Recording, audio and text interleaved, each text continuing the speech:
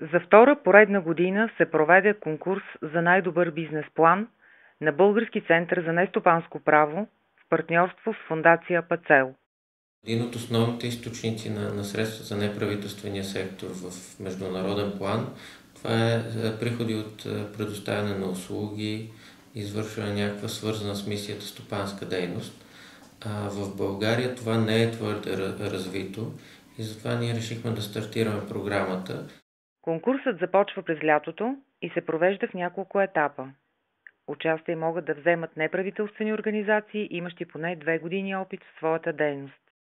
След като обявим конкурса, ние кандидатстват организации, които имат някакви идеи за свързана с мисията стопанска дейност. Ние подбираме около 20 организации, които преминават през поредица от обучения и след това разработват своите бизнес планове.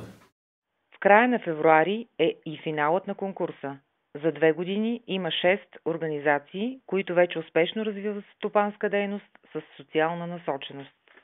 Журито избира 3 организации, които се разпределят наградния фонд, който тази година беше 25 000 лева.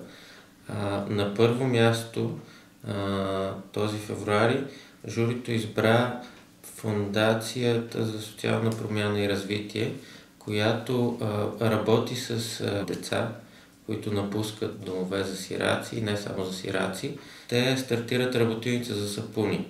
Тези лица ще бъдат ангажирани в изработването на сапуни. Имаше още 2 организации, които бяха подкрепени и наградени.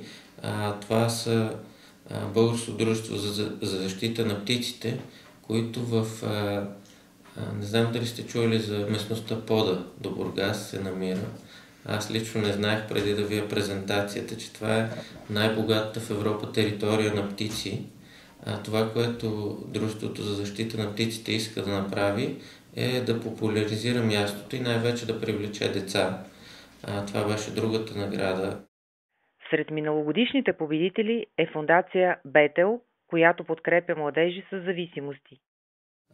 Имат къща близо до София, където хората и прекарват известно време, за да успеят да се откажат от наркотиците. Бетел предложиха да създадат работилница за реставриране на стари мебели. Конкурсът се финансира от Америка за България.